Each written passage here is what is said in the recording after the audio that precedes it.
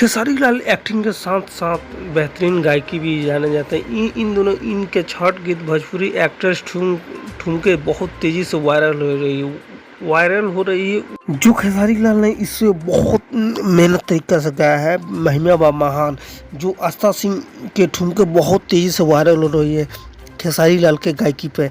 जो आस्था सिंह अपने ठुमके के अंदाज में बहुत सारे वायरल वीडियो अभी कर चुकी।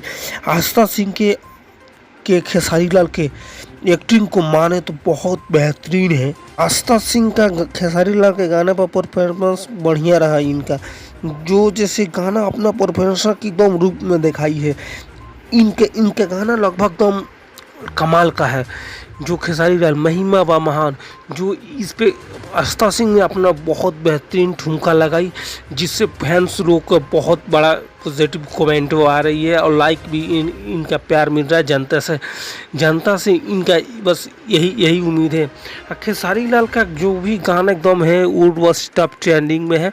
खेसारी लाल का बस महिमा बा महान जो छठ का गीत का बहुत तेज़ी से वायरल हो रहा है, जो गाना का इनका इंस्पिरेशन रहा, एकदम सुपर डुपर हिट रहा।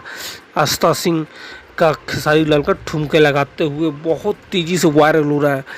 जो खेसारी लाल ने अपने बेहतरीन आवाज़ दिए हैं कि जो एकदम सुपर डुपर हिट होगा। आप खेसारी लाल का फ़ैन है तो प्लीज़ चैनल को सब्सक्राइब करें, लाइक करें और शेयर करें। आप खेसारी लाल।